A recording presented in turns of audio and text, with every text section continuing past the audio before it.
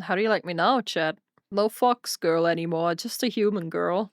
Hello YouTube! Today we are watching Why the Biggest VTuber in History Vanished by Rima Evenstar. You know Rima, I love Rima, she's my friend. And I'm also a huge fan of Saba's. I know that she's battling with some health issues, but I'm very curious about what Rima has to say. So let's watch! Plenty of people dream of becoming content creator. More than half of Gen Z said they'd want to be an influencer when they grow up. And on paper, it looks like the dream. The fame, the money, the attention, a whole audience that revolves only around you. So what happens when someone gets all of it? The engaged fan base, the sponsors and merch companies all lining up, the record-breaking numbers, and then just walks away. Sameko Saba broke a record nobody thought could be broken. 1 million subscribers just 3 days after she debuted, faster than that's crazy. anyone in the history of the medium. That happened in June 2025, and by the spring of 2026, she'd vanished from content creation entirely, and her fans had no idea why. It all came to a head in April when somebody finally got fed up and canceled their membership, which on its own is the least interesting thing that can happen on the internet. I saw that tweet, by the way. I did see that tweet. I told myself that if she didn't stream or even make a community post by the next time this renews, I would have to cancel it. But this really is such a hard decision for me. I want to keep supporting her, but in my opinion, it's a little screwed up to just go AWOL without any notice. I mean, she's dealing with health issues. She also, as far as I remember, she also turned off memberships now. After all, people cancel subscriptions every single day and the world keeps turning. But that post hit a nerve that turned out to run through an entire community and beyond. Bro, someone said if everyone did this, her ass would be on stream. Damn. Saba realizing her fans will keep paying her even if she treats them like paid unemployment, Ilmao. You've given her money in exchange for entertainment. She hasn't fulfilled her end of that implied contract for months. Why keep the membership open if there's no reason to? Why do you want to support her? AMF with some sense. It's insane that people feel entitled to when they voluntarily gave up their money. If you don't have the money to support someone, just don't. Bro, what's with the hostility about this, man? Holy. It had found the exact spot where it hurt and pressed. There isn't a single other VTuber I know of who would take this many frequent hiatuses and not even make a post. I'm not even asking for much here, just a vague sorry about lack of content, personal things happening, but we get nothing. Maybe I'll change my mind in the morning. By the next morning, it wasn't one annoyed subscriber anymore. Quote tweets stacked on quote tweets. People who'd been stewing for makes me cry is on how much these big creators can make without working. Bruh. Annoyed subscriber anymore. Quote tweets stacked on quote tweets. People who'd been stewing for weeks all talked at once, and one post in particular sailed past 1.5 million views, while the replies— damn. I mean, the original one was 5 million already. What was that one before though? It's really funny how Saba left, came back to announce overpriced merch, and then left again without another word. Bruh. I got my Saba keychain on my wall, by the way. It's really cute. Did I ever show you guys that? Here. Look, Saba keychain. Little Saba keychain there. We get Adu, and we get some Eevee and some Nero and Evil there too. Some Hollow Knight and stuff. While the replies turned into open warfare. The name Sameko Saba stayed trending for days, but unfortunately what was being said about her wasn't all that positive. Truthfully, that cancelled membership didn't start anything. The water had been at low boil for months, covered, rattling, building pressure with nowhere to go. And all that one post did was knock the lid off. Everything that came pouring out was already there. You think she cancelled memberships because of this specifically? Probably not, but it might have been a reason towards it. The thing that set them off was almost insultingly simple. She hadn't gone live since February 7th. No stream, barely a word, dead silence stretching across months. From someone whose debut was, by numbers, one of the most watched arrivals VTubing had ever produced. I was there. I was there. You know how bad it is? Fortune loses hope. Did Fortune lose hope? Does Fortune not even believe in it anymore? Damn. She had previously walked away from the biggest VTuber agency on the planet, left it on purpose, and the reason everyone thought so at the time was freedom. The freedom to do this her own way, on her own schedule, without anyone above her telling her when to show up. I mean, she had the freedom to turn off memberships, which she did. I don't think KoAlan would have ever turned off her memberships. Was the whole point. And she's now streaming less than she ever did while she was within that company. And this is like, not to hate on KoAlan, but that's just how companies work.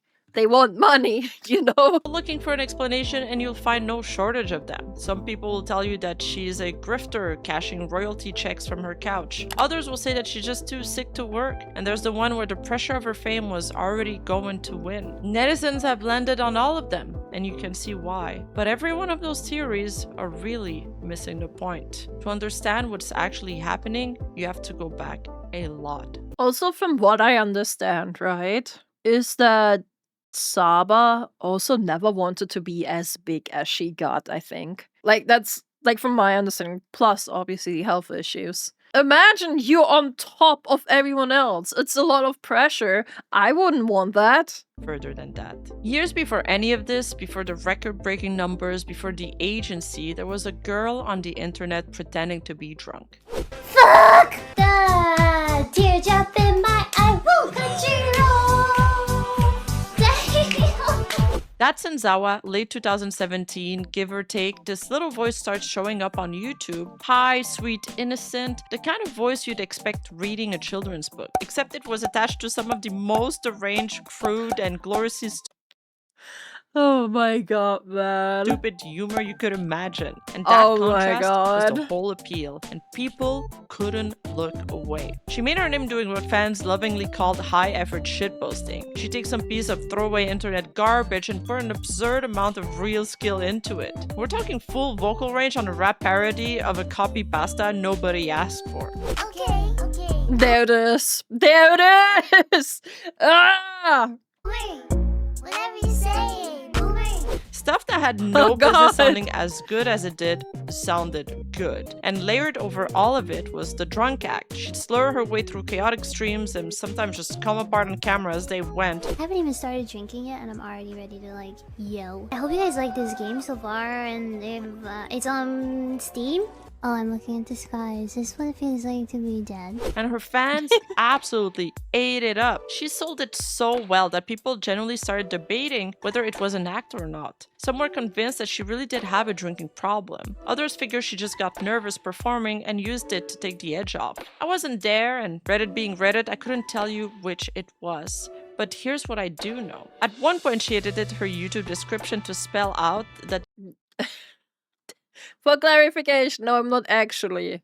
I am playing a character, it's fun. the drunk thing Fair was enough. a bit, and it barely moved the needle. People wanted more of it regardless. More chaos, more mess, more of the unhinged version they decided was the real her. She built this persona as a joke, and now she was left trapped inside it by the exact same people who loved her. So she I was gonna read that. Nothing good comes out of drugs or alcohol. Sees video rethinks entire life. You have the voice of an intoxicated angel. This girl can literally sing beautifully while she's drunk. 2 minutes and 18 seconds achieved what 2 years of antidepressants failed to accomplish. Damn, her drunk singing is still better than my sober singing. So she'd leave. Senzawa never really kept a schedule anyways. She'd drop a video that blew up, disappeared for months, came back, disappeared again. One account on Reddit retells I think she just has some chronic illness that holds her back a lot. But she just like gets sick. how they believe one of the last messages in her Discord server was something along the lines of, "Every time I visit here, I die a little inside." She was always a feast or famine content creator, even all the way back then. Thank you so much for hanging out with me today. See you guys in 9 months. And then, in She knew. 2020, she left for good. Her second to last post on Twitter was just this. A fistful Whoa. of nonsense. She streamed once more on June 23rd and then went dark. There was no goodbye and no explanation, not even an announcement. Just gone. nothing. Her fans had no idea where she went. It took months for them to piece it all together. And what they figured out was that she hadn't quit at all. No, she disappeared right as a new Shark Girl was debuting over at a company called KoAlan. A few months after Wow. Senzawa went dark, KoAlan, the biggest VTuber agency in the world announced its first ever English-speaking lineup, and one of them was a shark. Think of a VTuber agency like your record label mixed with Disney. Well, without its controversies.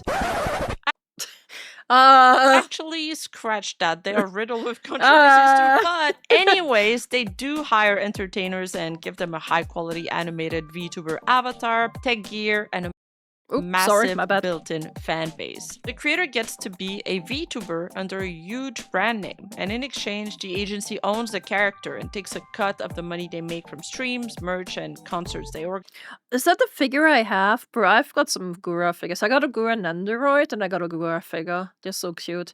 No, that's not the one I have. That one's really cute too. So amidst all of that, Gargura debuted. And Gargura is a tiny apex predator with a hoodie and a trident. I loved her design so much, man. I really, really did. It's so good. It's a shark, it's a gremlin, it's adorable. And a voice many recognized. Look she was at her. A great pick for Hololive. After all, she had already proven that she could be popular online and that she understood internet audiences. Her Senzawa channel had been a massive success, so her debut was one of the most anticipated streams the scene had ever seen, and it started with a technical problem and a long delay. So isn't it also that, if I remember correctly, okay, it's been a while now, that I believe that Ame told her to say as her introduction on stream at the time? I think that came out like at one point. Thousands of people just sat there waiting. And when she finally came through, her very first word as Gargura was That became an iconic meme. And a meme pulled in tens of thousands more people that all started spamming A in chat. What? How did I do? And from that second, she basically never came back down. She became the most subscribed VTuber in history. Not the most subscribed English one, the most subscribed full stop. The timing was almost unfair. This is late 2020 we're talking about. The world is locked inside, everyone's on. Oh yeah, it's the big pandemic boost too. And starving for something to watch. And here comes a cute shark girl singing nostalgic English songs in a space that almost had no big English VTubers in it yet. It was the perfect combination of luck and preparation coming together. She wasn't doing it alone. Some of the most beloved stuff from that era came out of her friendships with the other members of her gen. In particular, with one of them, Amelia Watson. Fans shipped the two as Ame Same, since Same means shark in Japanese, and the two of them leaned all the way into it. Amelia openly called Gura her wife, and their dynamic, the Ame's gremlin/troll energy mixed with Gura's sassy, they're great together. They're so cute, man. Gullible nature made for legendary streams. During the early days of Holo EN server, their duo streams built a lot of the server's early lore. They'd play Minecraft on separate streams at the same time and kept colliding into each other's world, crashing cards, botching rescues, and Gura dying roughly every 4 minutes while Ame tried to save her. Their A Way Out playthrough was arguably their most legendary gaming collab. Watching them try to coordinate a prison escape was pure chaos, and they constantly messed with each other. Can I get a shot of this from the side one more time? I want to see what Hey, bada. Hey! Okay, let me Good luck with your lame responsibilities. I'll be out here playing darts. Let me know when you're free to have fun. Listen, I'm here being a dad. You wouldn't understand. My kid just avoided me by climbing out the window. Make the shot, kid! It's not fair!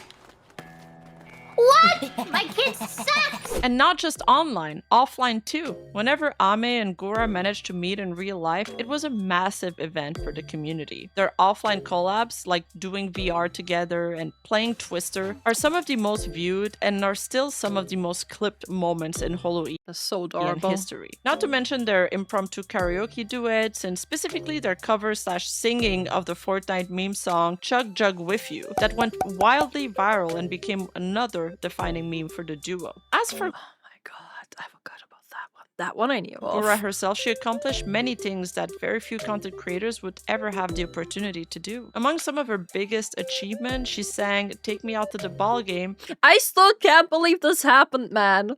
Bro, imagine you're just a boomer. You're just there cheering for your team, for the Dodgers. You just No, dude, you're disconnected from the internet. All you care about is baseball. And suddenly there's this anime girl plopping up on the screen, singing the song. But it was a happy ending because now they even take the merch in as good luck charms. It's very wholesome. Very wholesome, very wholesome. At Dodger Stadium during an actual major league game.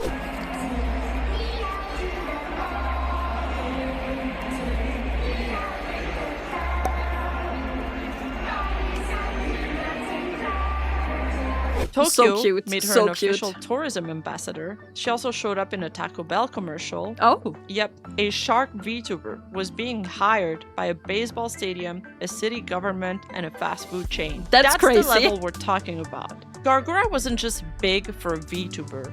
We're talking industry breaking big. And I already made a video on exactly why she blew up the way she did and the challenges she faced along the way. So the link's up there if you want to go see the I'm pretty sure I watched that one on my own. It's a good watch. Deep dive. The short version of it is that it's a good watch from what I remember. Faced along the way, so the link's up there if you want to go see the deep dive. The short version of it is that she had the timing, she had the talent, and she had years of being Senzawa hiding underneath her polish. And people figured out that part pretty fast. The shark was the same girl who'd vanished without a goodbye a year before. She just never confirmed it because she didn't have to. And she wasn't really allowed to neither. But her voice gave her away. Whatever the name on the model said, Senzawa was still in there. But even back then, Gura wasn't well. At the top, the biggest VTuber in the world still took a 2-month break for her health in December 2022. The physical demands of her corporate obligations began catching up to her. On December 16, she tweeted, "Going to the doctors today. It's all attached to my health, so it's stressful to deal with. Sorry, I've been so quiet about it."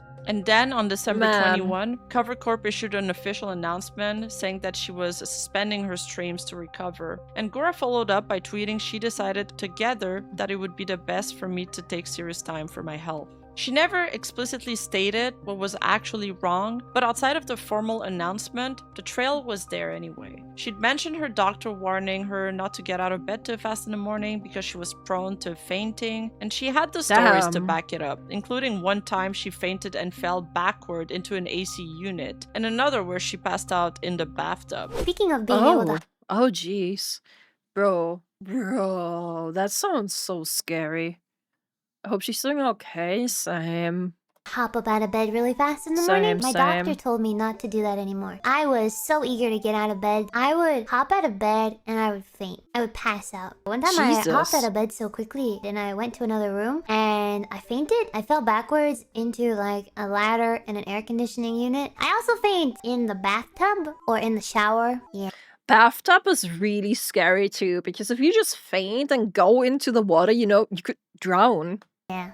In 2023, there was backlash regarding a pre-chat incident due to people fighting in her chat over her not streaming for weeks at a time and going radio silent. Well, according to them, Gura ended up disabling her livestream pre-chat and pinned a comment. It was the first time Gura directly addressed how her streaming frequency dropped and mentioned a new normal. Discussions on forums and Reddit exploded, and even all the way back then, people had already started expressing concerns with her communications. This is also where we can see the start of a fanbase divide, where some of her most disgruntled fans would later turn into her most obsessive antis. Oh, bro, just like, she already said she's sick. Just let her be, man.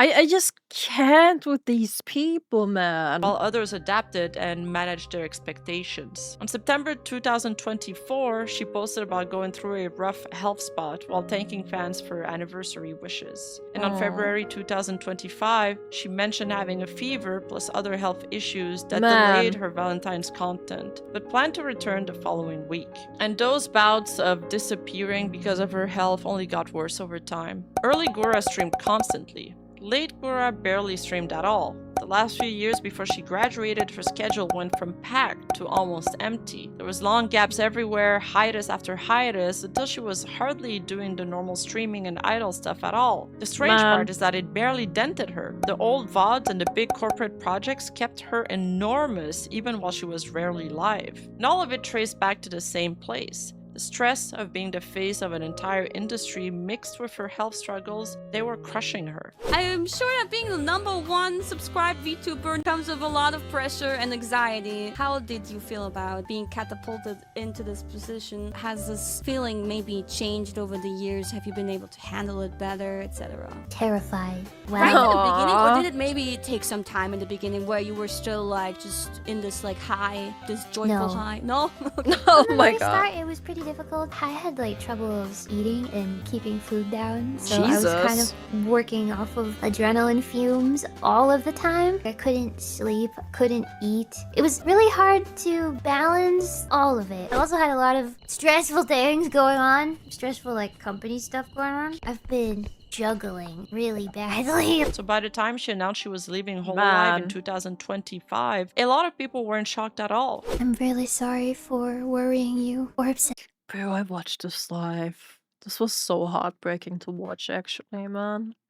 It was really, really heartbreaking. you with this announcement. This has been a very long time coming, but today I am here to announce that I will be graduating from Hololive on May 1st, 2025. They had watched her drift away from the spotlight for years, and to them, it wasn't a bombshell. It felt like something that had been coming for a long time. Do you wish you weren't in this #1 position? Sometimes I think about it. Like, I do wonder if it would have changed the stress levels, my path. But also, I'm really thankful for the opportunities that were given to me. I wouldn't change what happened for the world, kind of thing. I look back and I look through that incredibly hard time that I went through, finding my footing. I can say that I'm proud of myself. I'm so happy to hear that. Because you really should be. You really should be proud. You've been put in a very difficult position and you made it through as long as you could, and you still ended up taking a very difficult decision to leave.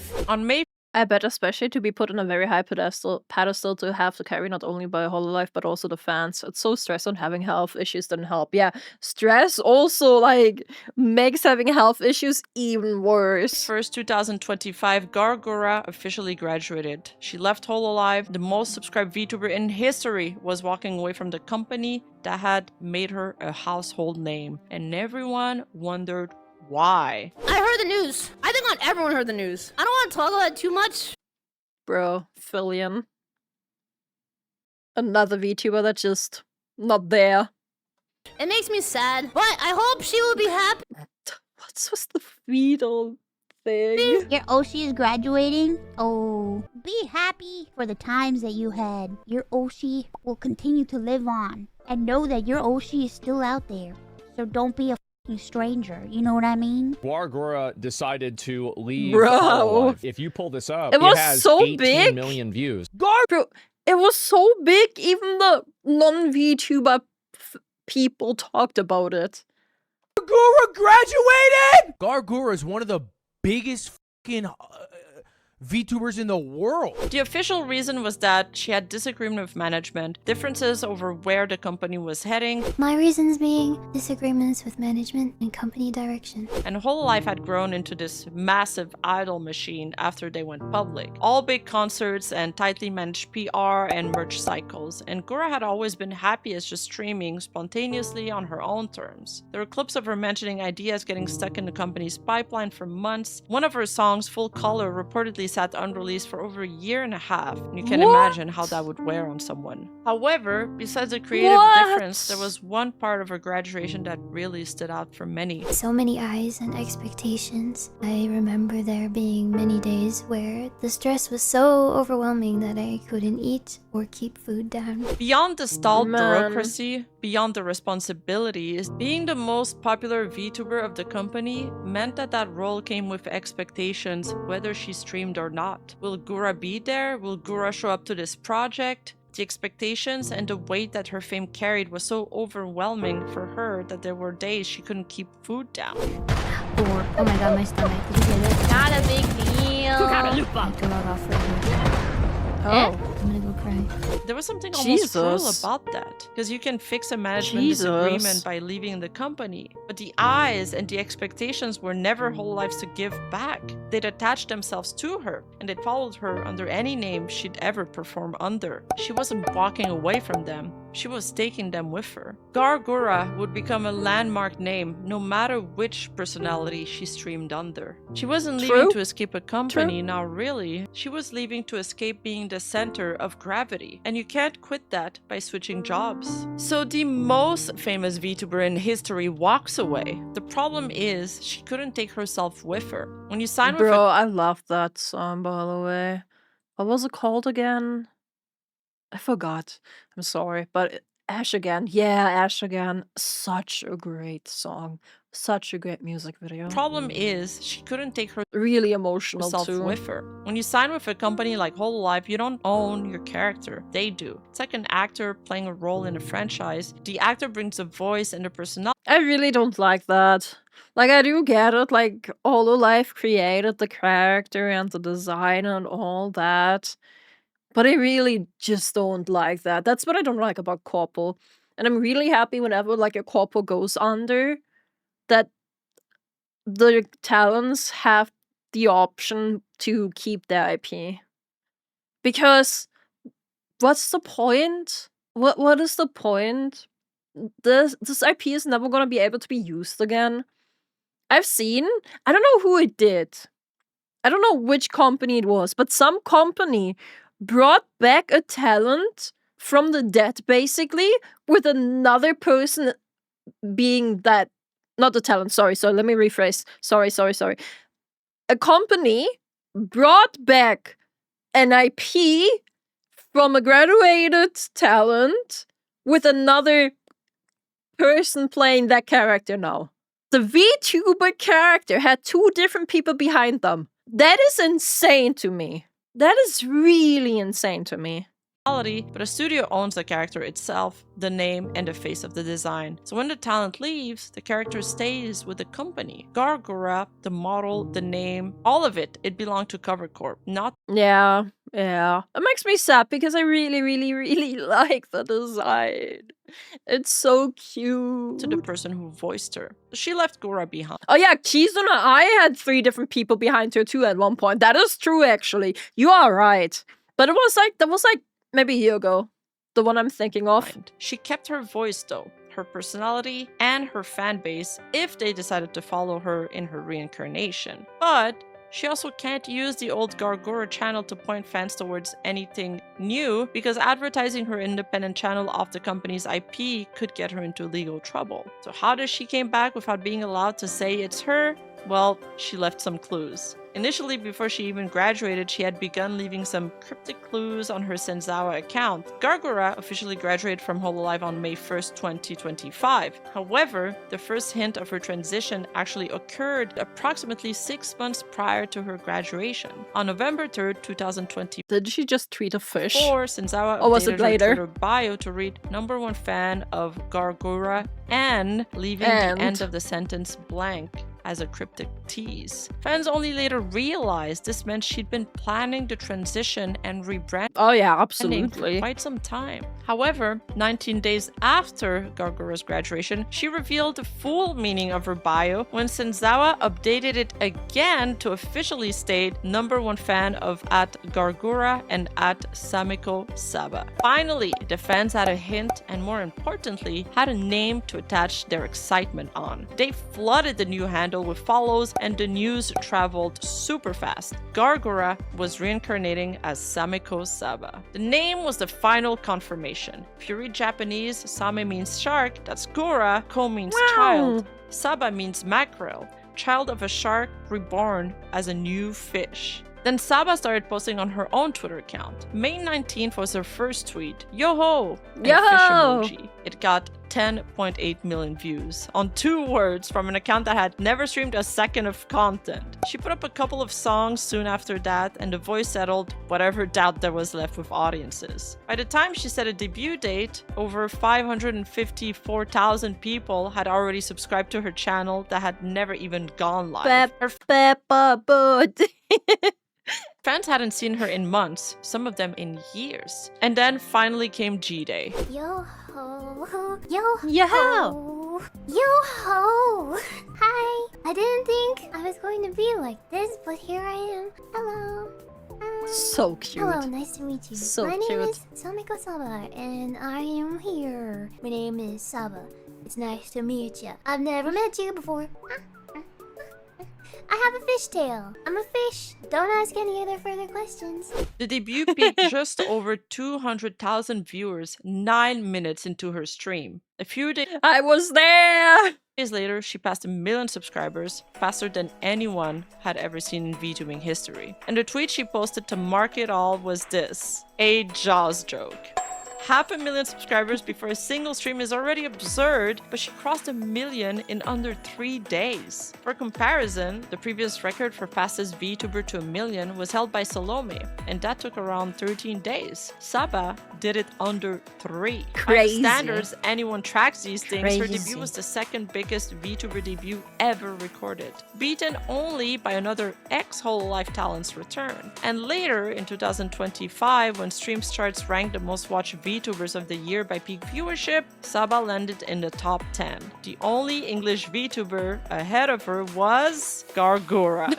She was Yeah, that's gonna do it. competing with her own ghost. So 3 names now: Senzawa, then Gora, then Saba. Same voice, same pattern underneath all of them. A huge arrival, a wave of love, and eventually the disappearing. She'd done it twice. The only question left was how long this one would last. Sameko Saba did not have a regular indie VTuber debut. Not only because she had an already established fan base that followed her, but also because she had an entire machine operating behind her. Weeks before that first Yoho tweet on May 2nd, 2025, a company called Incoming Next LLC filed trademark applications for the Sameko Saba name and logo. They handled performance services, printed goods, toys, digital files, the whole catalog. The brand Sameko Saba was legally locked down before the public had even heard about it for the first time. And this information is pulled straight from the public US trademark records, by the way. The company was registered in Delaware. What's interesting about companies incorporated in Delaware is that it lets the owner stay anonymous, which is perfect for VTubers. Also, the tax setup is friendly because the legal system there is built to protect them.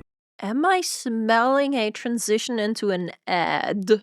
The lawyer on the filing makes it even clearer. The trademarks were handled by Michelle Robichaud at Auden Law and Media. And Auden isn't some random firm you find on Google. They've done legal work for Maybe not. major VTuber agencies and big-name independent streamers in the past. I've also actually worked with Auden in the past as well, and everything I've heard lines up about them. They're generally good at this. Point being is that it wasn't an ad. Damn. She just likes them. that Saba walked into independence with the same caliber of legal firepower as the corporation she'd left behind. And her model matched the money. Her Life 2D model was built by top-tier I got Bro,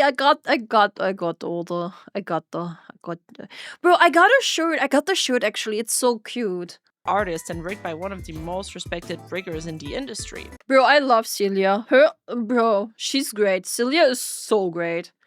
Like, I've never talked to her personally. What I meant is, like, her rigging is great. Like, she's so great at what she does. She didn't just have one artist for the L2D and one for the rigging, as it usually goes. She had an entire team. Here are all the people that helped make today possible. Sameko Saba's character model was designed by Shu, also known as Shu-kun, and illustrated by Tusaki Shina. The Live 2D rigging for her model was handled by the riggers Celia and Quanchi. And then there was the merch. The day she debuted, she dropped a Yeah, no, I think I got all of it, actually. If I remember, at the start... Yeah, I got all of it. No, I didn't get all of it. I remember these were mystery box, right? Like, these were, like, mystery, like, gacha. I only got 2 of them. I ordered, like, 9. I ordered a bunch of these just to make sure I get all of them, and I still only got 2. But everything else I got. full line with Omocat, a streetwear brand that sits right at the crossroad of anime and fashion. They did a lot of Hololive collabs in the past as well. There was a $200 debut bundle with a hand-signed postcard at the Yeah, top Yeah. and a little Bro, it was gone instantly. I could not even get it all. $6 blind bag pins at the bottom, hoodies, all of the works. And it all sold out almost immediately. Yeah. What did I get? I got the bag. I managed to get the bag on, like, before the pre-order went live. I managed to get the bag. And I think the hat. The other stuff I went on pre-order. Sameko Saba didn't have to claw for attention from fellow creators either. Other huge independent VTubers who'd recently left Hololive, Doobie, Nimi Nightmare, were right there hyping her up. There was no marketing budget needed when your friends are some of the biggest name in the scene and they're all vouching for you at once. And it was genuinely so hype. I can't even begin to describe how everyone was so excited for her return. It's like the entire industry was just waiting with bated breath, wondering what she would do next. So what do you even call this? It's branded as an indie, it walks and talks like an indie, but she's got the LLC, the trademark attorney. I mean, LLC, I know indie VTubers have LLC too, just because they want to stay anonymous. It's really good for privacy. Like, why wouldn't you have an LLC? The elite production behind her and the premium fashion collab, and also having a big team behind all your production isn't like branded as an indie. Sorry, it walks and talks like an indie, but she's got the LLC, the trademark attorney, the elite production. Like, sure, elite production, but having a big team doesn't mean you're corpo. Like, a lot of people go into a debut, right?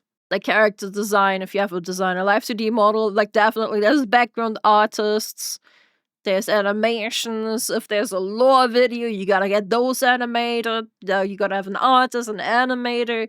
If you have background music, you know, debuts are just a huge effort. But I get it. I get what Rima means by high effort, because she has some of the like, what am I saying? She has a lot of big names working here. Behind her and the premium What's a stinger? I can show you. I can show you right now what a stinger is. Here. Watch. This. It's a transition between scenes. That's what it is. It's the transition between stream scenes. Fashion collab and a built-in network of A-list peers. It was a sophisticated setup. Indie feels sort of like a stretch here, and corporate isn't right either. It's something in between that we don't really have a name for it yet. I know what she means. Like, it's the same thing for like the VTubers from VShoujo, because sure, they're indie now, but they grew up with a corporation. Like, I get what Rima means, and we do not have a word for that. But I have a feeling it's gonna start showing up a lot more often. But whatever you call it, it created a problem that's going to haunt the rest of the story. Because everyone who showed up for Saba showed up expecting this level of operation, this level of production, not be patient with a solo creator finding her feet. After all, her health announcements were a while ago, and we all know the internet has a short memory. They had all settled in the background now. Barely anyone mentioned them anymore. Meanwhile, this debut was calibrated to a polished, professional, top-of-the-industry product. With all the output and consistency that implies, nobody was prepared to be patient. And after all, why would they be? Nothing about this looked like it needed patience. For a while, it was everything everyone hoped it would be. July 2025 was Saba at full power. 12 streams in a single month, plus a couple of videos, which, if you know her history, is a staggering amount of output. She was Wasn't that more than went out from Gura in the last year of Gura? on, and when she was on, she was magic. She'd rage her way through horror games, screaming at Resident Evil 4 and Alien Isolation, talking trash to the game the whole way through as a coping mechanism for being genuinely terrified. Then she'd turn around and play rhythm game, and she was cracked at them. On other nights, she'd boot up some dumb little simulator and yap at chat for hours. And she could Bro, I love that game. Sing not just pop covers, but jazz, bossa nova, and old city pop with a beautiful voice. At least that's mine and many others' humble opinion. That means divided by, right? Got your nose! I got your nose! What are you gonna do now? I got your nose! Oh my god. Sorry. This is a paper boat on me, by the way. Paper boat. Do I need to explain the symbolism behind a paper boat? Or do you guys kind of understand it? Paper boat. Maybe it's subjective, like most things are in art. So maybe a paper boat means something different to you, but a paper boat to me means I don't know. It's so fragile, but yet it floats. That's gonna be annoying to stop. Paper boat. Paper boat. Damn, bro. Paper boat. The winds of change ain't blowing. Anyway, we gotta figure out who's in charge and stick with them. You feel me, bro? Did you remember when Saba just removed her ears and never addressed it? Ah, we gotta get in good with Fima. And everyone's like, I'm not reading that. where are I don't know ears? what that means. I don't trust him anymore. Happy birthday, Hatsune Miku! Her name is Hatsune Miku. If I see one more of you call her the Fortnite girl, I'm gonna freak out. Oh my god.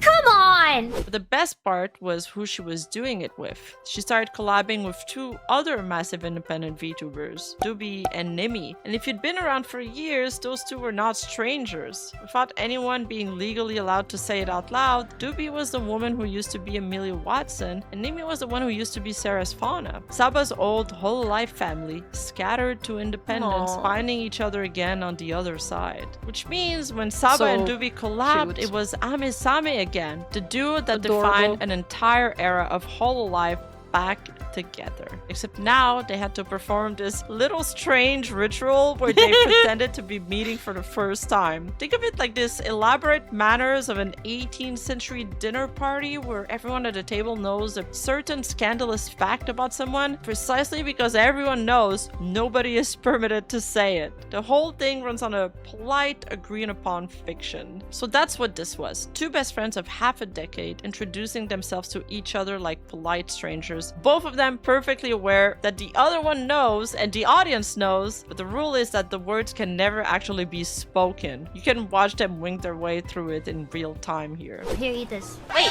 is it good to eat? Yeah, it's good. Do you think I would poison you? I don't know.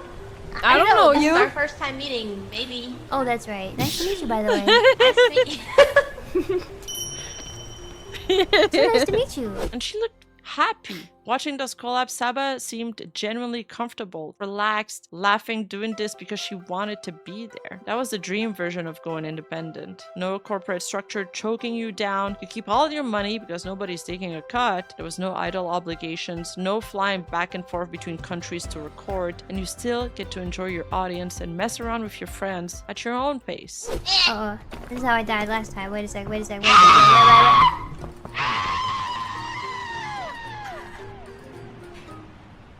Jimmy! Tom and Jerry scream. Up. Up. Down. Up. My kitten. My Discord kitten. Meow. Hello, princess. Oh my Are you god. ready to play another level of Peak tonight? I've turned my status to do not disturb.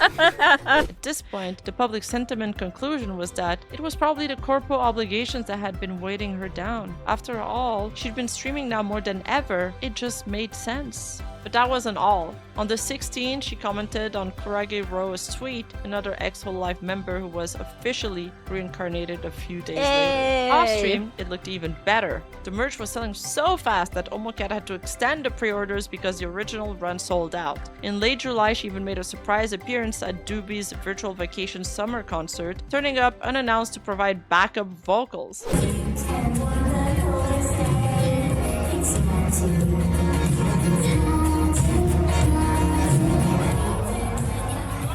No! The audience! It looked like she finally had it all, and that she had finally figured out how to do things on her own terms. So you'll forgive everyone for thinking the disappearing act was finally over.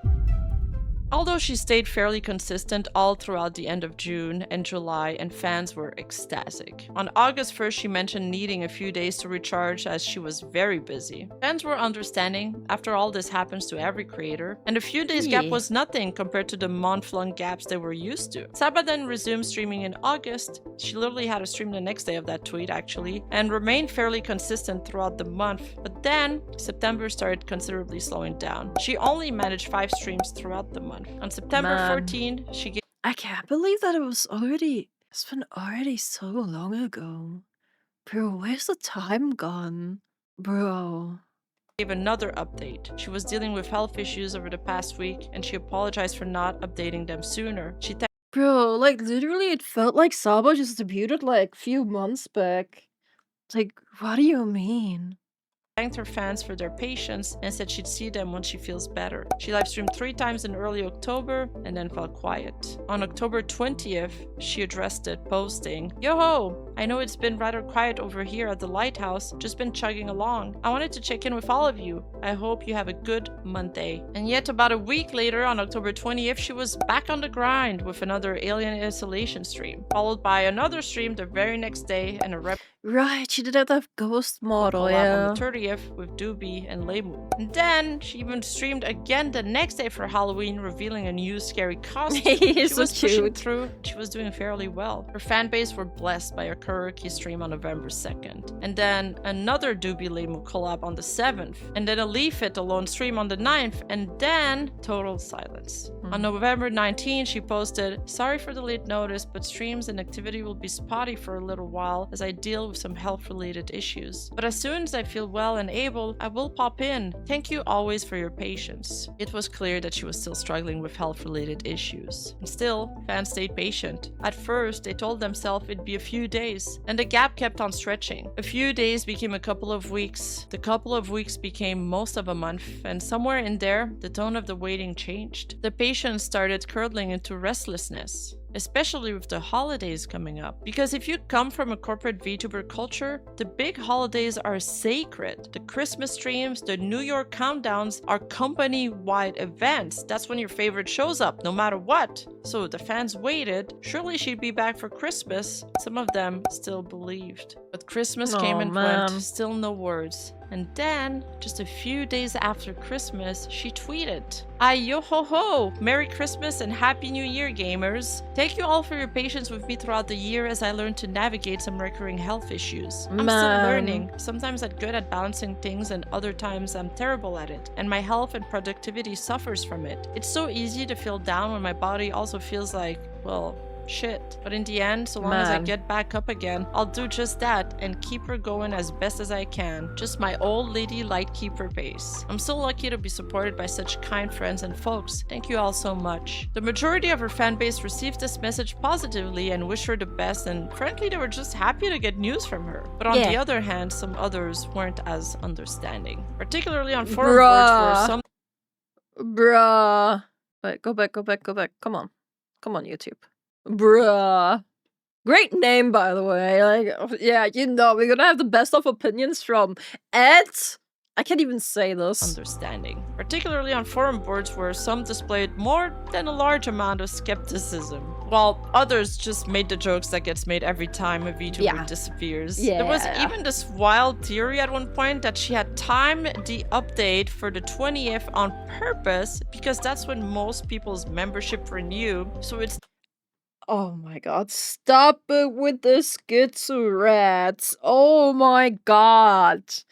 Bro, it's not that deep. They decided whether to resubscribe It's not or that not. deep. I swear one of these days I'm gonna lose it with what people type online. But regardless, fans hoped Saba would stream for New Year's Eve. Then New Year's Eve came and went and there was no words from Saba. Some did not take her skipping out on New Year's Eve well. However, she did surface again in January. Her first stream was back on the 13th. 4 streams over the month. Not much, sure, but enough to make people think that maybe the worst was over. On January 26th, There was! much, sure, but enough to make people think No that ears! No ears! No ears! It's so cursed. It's when I wouldn't have any ears. Oh, you don't even need to imagine that. I can do that right now. How do you like me now, chat? No fox girl anymore, just a human girl. Who is this? Who is this? Oh my god, she's back. Whew. maybe the worst was over. On January 26th, she popped up as a surprise guest at Vince Phantom's concert. That was huge. And on February 5th, she announced a new merch line. And the same day, a pop-up event in Tokyo at the Anime Plaza in Shibuya, alongside another VTuber, Kurage Roa, who Older fans will tell you used to be Shion from Hololive. So once again, a Hololive reunion in everything but name. A whole event, merch, a venue, a collaborator, and most people were genuinely excited for it. Except this particular event kicked off its own round of criticism. First, Why? the familiar one resurfacing that oh my god, people getting mad at merch again. Saba Oh my only god. If you don't like it, don't buy it. It's not that deep. If you don't like the merch, don't buy it. If you don't want to support someone, don't buy their merch. Don't watch them. It's that easy. Just don't. Stop it. Here's a tip. You don't like something, you have the freedom to not like it and walk away. You have the freedom to just leave. What? Shut up. That's insane that you can just leave. What? What? You don't need to comment on everything. You can just like not support it. You can just like ignore it. What? That's insane. Sorry.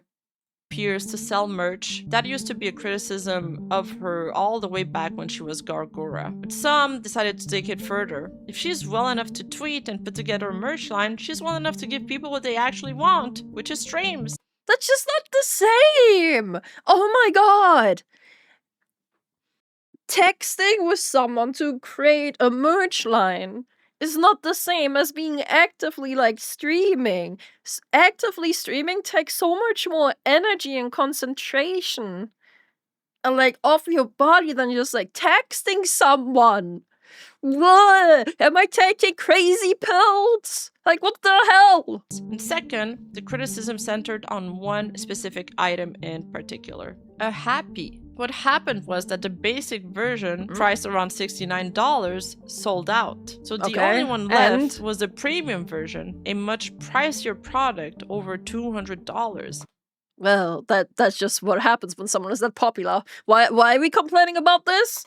People got upset, assuming she jacked up the price of her merch. But that wasn't it. Oh, I see what... Okay. It was simply a different higher-end item, and I doubt she had much say in the pricing at this pop-up anyway, since probably not. One-to-one with Froa's merch sitting right next to it. She probably only got royalties for this anyway.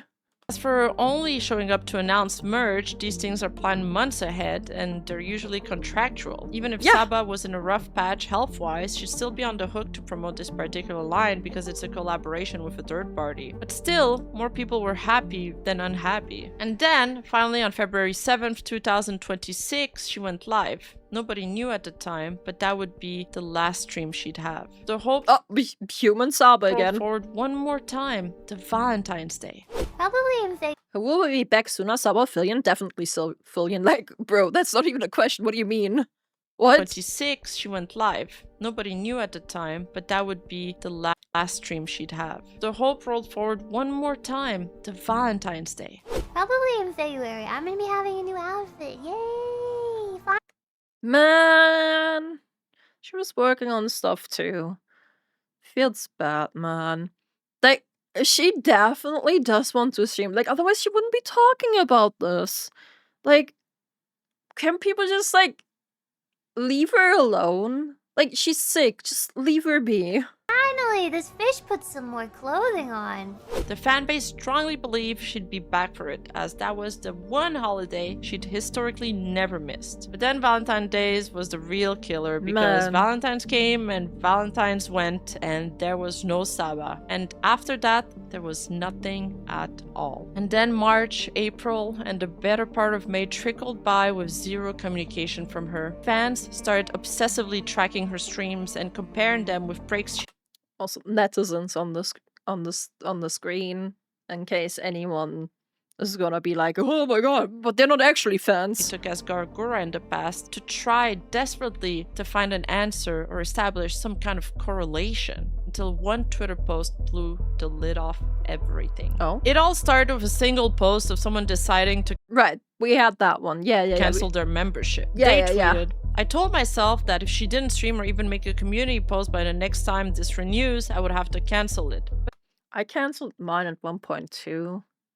I don't remember how long I had my membership. I think it was when I, like, cancelled a lot of memberships from a lot of people. Like, not YouTube memberships solely, but, like, a lot of subscriptions. Just because, like, subscriptions eat away a lot of money.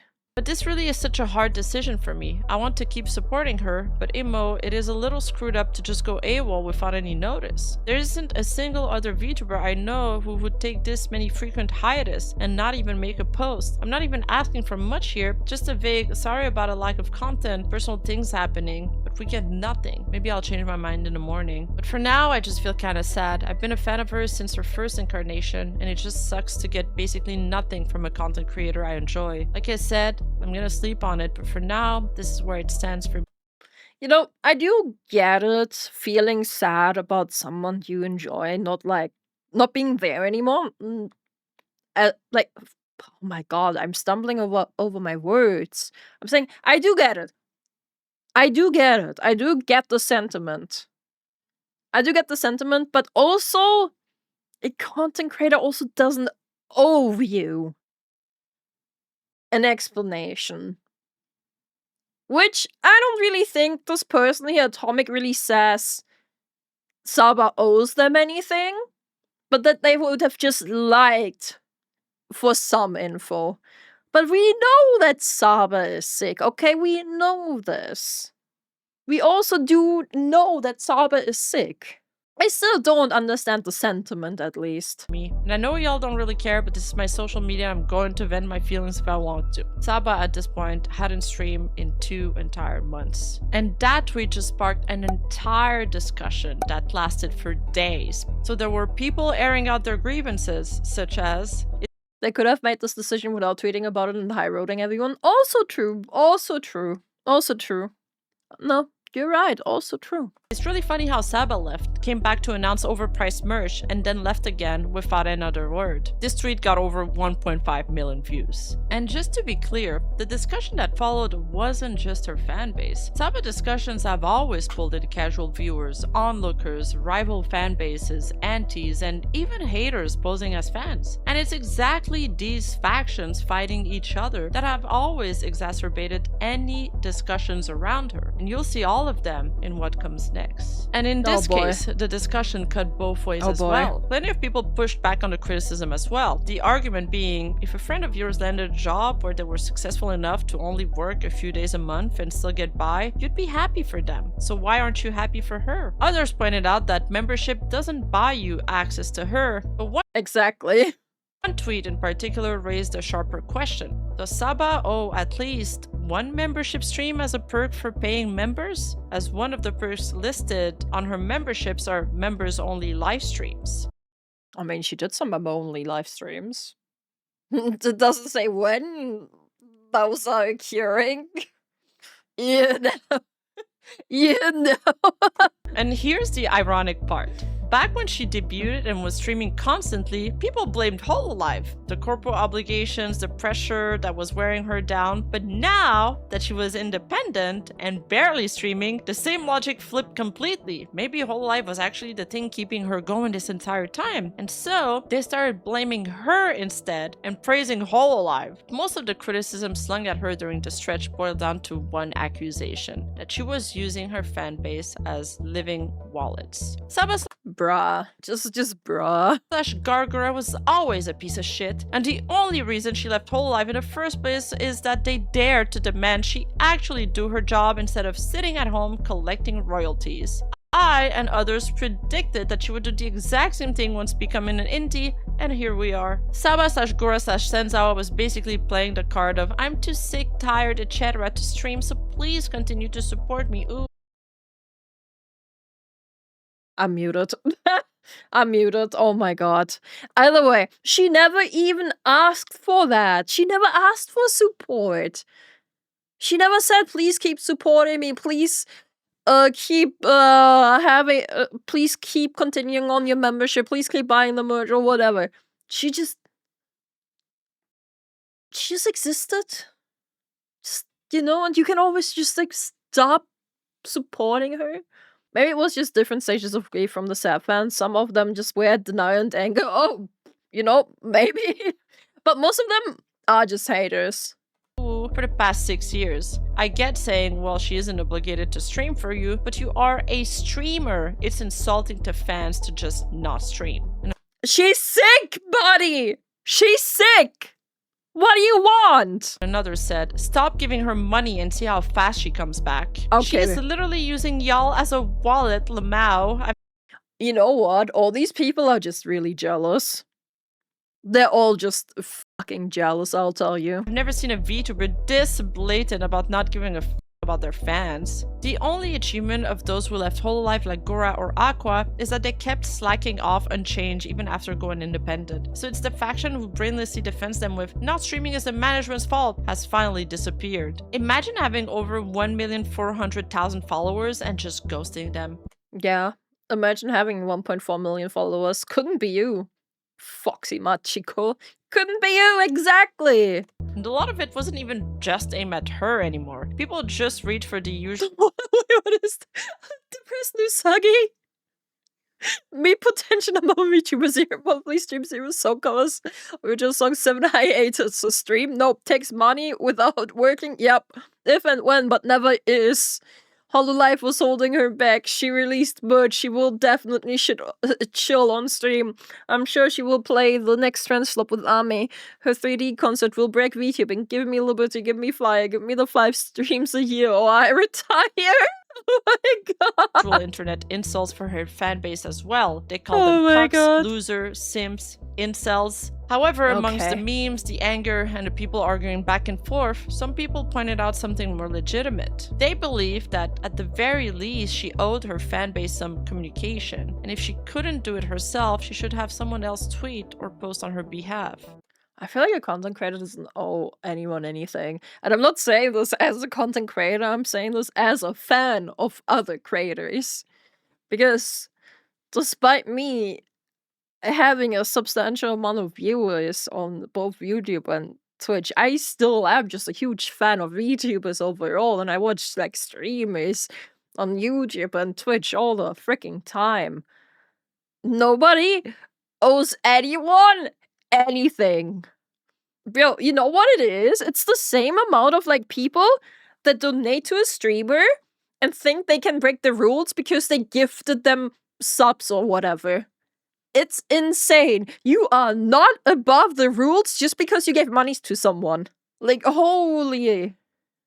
No hate to Saba, but I'd say she does owe some fans some type of notice. I use the word "oh" because this is a job. When you go on vacation at work, you put what? YouTube, please. Fans some type of notice. I use the word "oh" because this is a job. When you go on vacation at work, you put your time in and let your boss know. Why does she get a pass? Not parasocial, but why are we setting double standard? Not parasocial, right? Also, she's her own boss. What do you mean? The viewers are not your boss. What is this? What do you mean she is her boss? And somewhere along the line, throughout this discourse that had been happening ever since.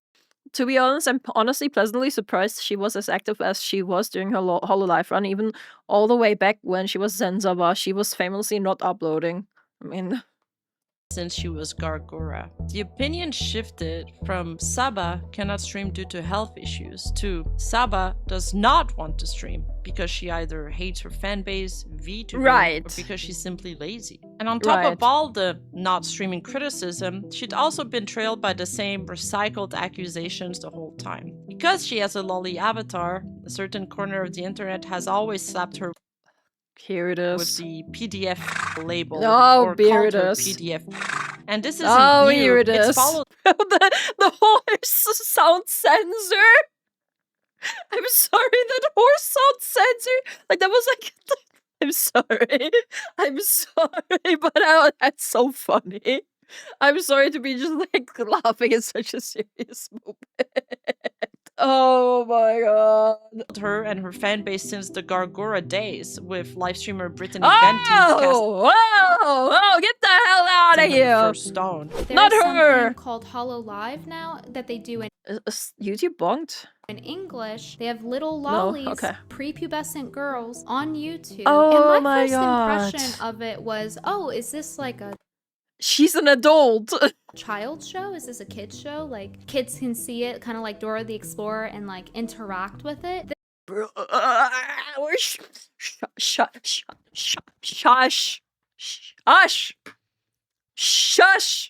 tourist. Then I come to find out, no, actually, the chat is full of 40-year-old men getting Oh my god, oh my god. off to the depiction What? of a... No! Oh my god. Also, women do have Saba's body type. Like, what is she? Exactly! Exactly! It's a petite body. Oh my god! 9-year-old. These people resurface every time she does anything, across all 3 of her personalities, like clockwork.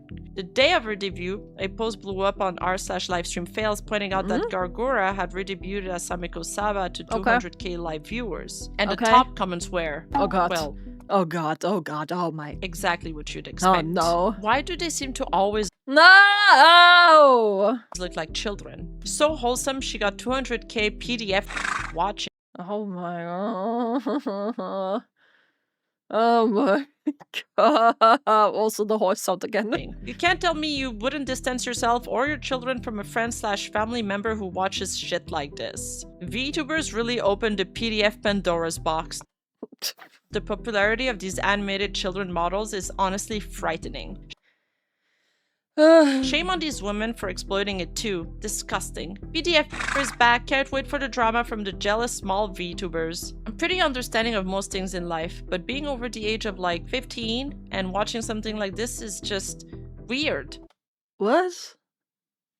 Really, really, really fucking weird. But her silence didn't just anger people. It left a hole others exploited as well. Since Saba doesn't have an official Discord, she never did. In fact, most of the ex-Holo members don't have a fan Discord as well. Well, except for Doobie. This is probably to put some healthy degrees of separation between them and some of the fans that get I guess they only have like fan Discords to attach. Anyways, the absence of a centralized place that is moderated for fans created a gap in her case. And this gap is often easy like fan-made Discords is what I meant to fill for impersonators. Lately, especially, Hololive has been getting tons of impersonators. And around the holidays, someone ran a fake Secret Santa scam pretending to be her, with a wish list that conveniently included a Nintendo Switch 2 for the scammer. There were real fans that were missing her and who donated actual money to it before anyone figured out that it wasn't actually her. And then there was a TikTok account called Sameko Saba that's been restreaming her old YouTube VODs live, pretending to be her broadcasting in real time. Okay, but people do this on TikTok a lot.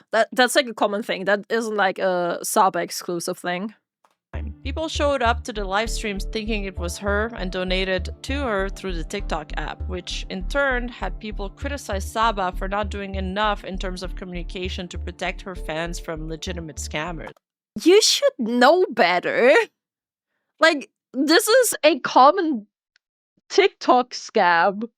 But then, just as everyone has started giving up hope, almost a month after the viral Twitter post, Saba finally addressed it in a member post. So here VTuber etiquette says you don't leak paid content, so I can't put it directly on stream. I can only talk about it vaguely. But she clarified a few things worth repeating here, mostly because it reads like a direct response to the criticism she's been getting. She first off opens by confirming what a lot of us already suspected, that her health hasn't been good. She says she has a chronic illness that isn't improving and that she's been feeling the worst she ever has, and that she'll get into it more when she can, but it gets her really emotional. She also says she's pausing memberships on May 25th. That one lines up pretty directly with the loudest complaint, that she was still collecting money from members while she stopped streaming. She also promised a longer public tweet in the coming days to lay out the whole situation. And most importantly, she addressed the criticism at the center of it all, the communication or lack of it with her fans about what was going on. And this is the most important part, as her silence is enabling bad actors, as we've seen throughout the video, to fill the space with their own narratives instead. At the end of the day, she said it plenty times that she's been dealing with a chronic illness on top of the pressure of fame and having to perform. Me. All of you are looking at me. What a terrifying thought. So it really It is actually quite terrifying, yeah. comes down to whether or not you trust her word. Pausing memberships did raise another point worth sitting with. For the genuine fans who just wanted to support her with nothing expected in return, this also took away their ability to do that, and they might be the one impacted the hardest by this. So why does this happen? Why does a streamer taking a break curdle into people calling her lazy, a grifter, telling her to log off forever? Well, it's not random. It's not just that fans are mean. There's a real psychological phenomenon underneath it. Are we actually talking about the 5 stages of grief Core now? is that people are lonely. People want to belong to something, and a fandom is one of the few places left that reliably gives them that. Yeah, also true. Every fandom forms around liking a particular thing. And in this case, the thing is Saba. That shared liking is the price of entry, and once you're in, the actual point isn't really her anymore. It's everything that grows around her. You make friends in that chat, in this community. Yeah. You recognize the same names every night. You're in on the jokes. You show up to the same place at the same time, and other people show up too. You collaborate on things. You clip her. You draw fan arts of her. And for that window of time, you're part of something. That's what a fandom built around a creator actually is. It's really beautiful. It really is a really, really, really beautiful thing. Being a part of a fandom like that. It is very... It does give you a sense of belonging. I get it. What experts called a ritual economy, where the creator is just the thing that everyone gathers around, and the real value is the gathering. Think of it as like Saba is the glue holding all of these people together, which is why her going quiet does so much more damage than it looks like it should. The fans don't only lose Saba, they lost the reason the group convenes. When the stream stops, the chat thins out, the routine dissolves, the friends you only ever saw in that one place drift apart, and the whole little world that formed around her starts to come apart. For a lot of these people, that world had become the main source of belonging. It was part of their identity. It was more load-bearing than anything in their offline life. So her silence doesn't just land as a show going on a break, it lands as a community dissolving, and as the specific person who could have kept it together simply choosing not to. The fans might feel like they're losing part of their identity, losing her. And so, slowly, they... Yo, rock solid. I don't know why people are alive with the possibility that Saba might simply be lazy and she knows she will gain money even if she does not stream. Like, she does not even care to give a statement and you gonna sit there and defend. Bro, what an L statement. Bro, what the hell? Like, usually I think he's pretty, like, chill. Like, usually I think he has pretty good takes, but bro, what the hell is that one? Jesus, what an L. Start resenting her more and more and feeling like it's her fault. And that also explains why the same hiatus gets different reactions from different viewers. Some of them just shrug and say, well, I'll just pause my membership and restart it whenever she starts streaming again. But some others have total meltdowns. It also tracks with people's attachment styles. A securely attached viewer takes a break as a break. But for a viewer whose whole sense of belonging was wired into that community experience, they will take the abscess as something closer to abandonment. So it's the same event, but it has completely two different internal responses. And obviously the loudest voices in the discourse are coming disproportionately from the people who had the most writing on it socially. And when it... Polish pessimism, I would say. Is Roxal Polish? I thought he was from one of the northern countries in Europe. I thought. Am I wrong? I might be wrong then. Comes specifically to Saba, consistent absences set a low baseline. So you expect little, so there's little to violate. But Saba does the opposite. She comes back, she's great, the community reassembles, everyone reinvests, and then it goes quiet again. And then it repeats. And each return rebuilds the anticipation and redeposits everyone's investment right before the next silence wipes it out. It's not just the absence that does the damage, it's the intermittency. It's the feast or famine mode that she trained her audience to be on. You feel... Poland is another country. Chat, Northern European. Northern European. Poland is a Western European country. Well, it starts going towards the east, but it's like middle. If you're looking at all of Europe, okay? It's like, okay, it's middle European. Sorry, middle European. My bad. But it's not Northern!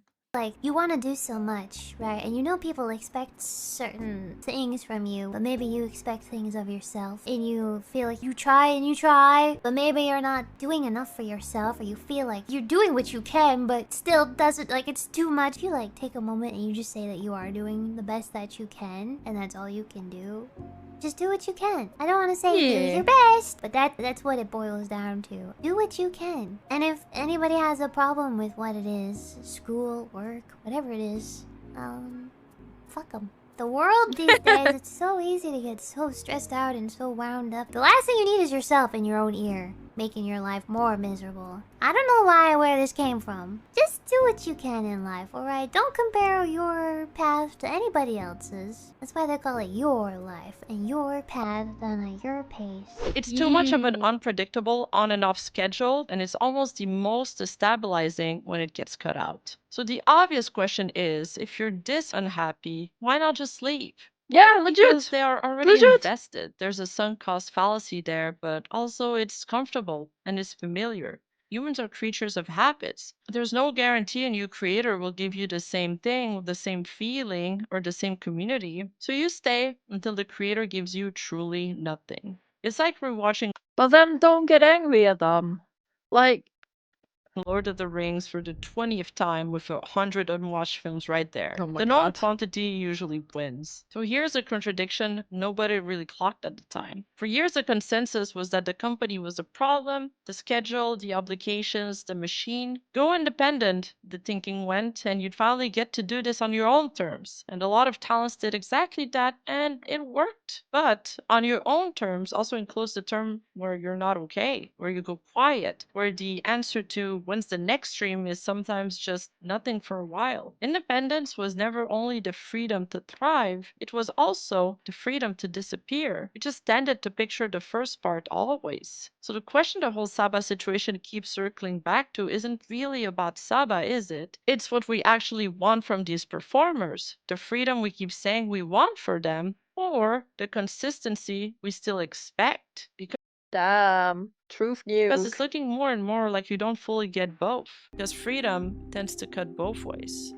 So what do you guys think of this situation? Let me know in the comments below. Videos like this are only possible because of the wonderful people in my community. If you want to be part of that, come join the Discord at discord.gg/Rima. I've had 2 videos removed from this channel recently, and No, man. is a constant fight. YouTube's YouTube. automated system is honestly crap. And if you want to support the channel in a way that doesn't depend on the algorithm and the obsessive censoring they are forcing upon us, Patreon is the move. As little as $5 a month, it gets you access to everything, including videos that don't make it past the moderation check here. Wow. Link in the description below. And if I also have a Patreon. If you're interested, I upload uncensored videos there too. Patreon isn't your thing, use code CLOP at GamerSubs for 10% off, grab some merch at Uwu Market, or pick up my card at the playable VTuber TCG at Rift Runners, where code RIMA will get you 10% off. Another free way to support the channel is simply to hype the video from your mobile very true device to push it into also comment, like, subscribe. Become a member to get into the credits, like, comment, and subscribe. It all helps so much. Thank you so much for watching, and I'll see you in the next one. The freedom to do this...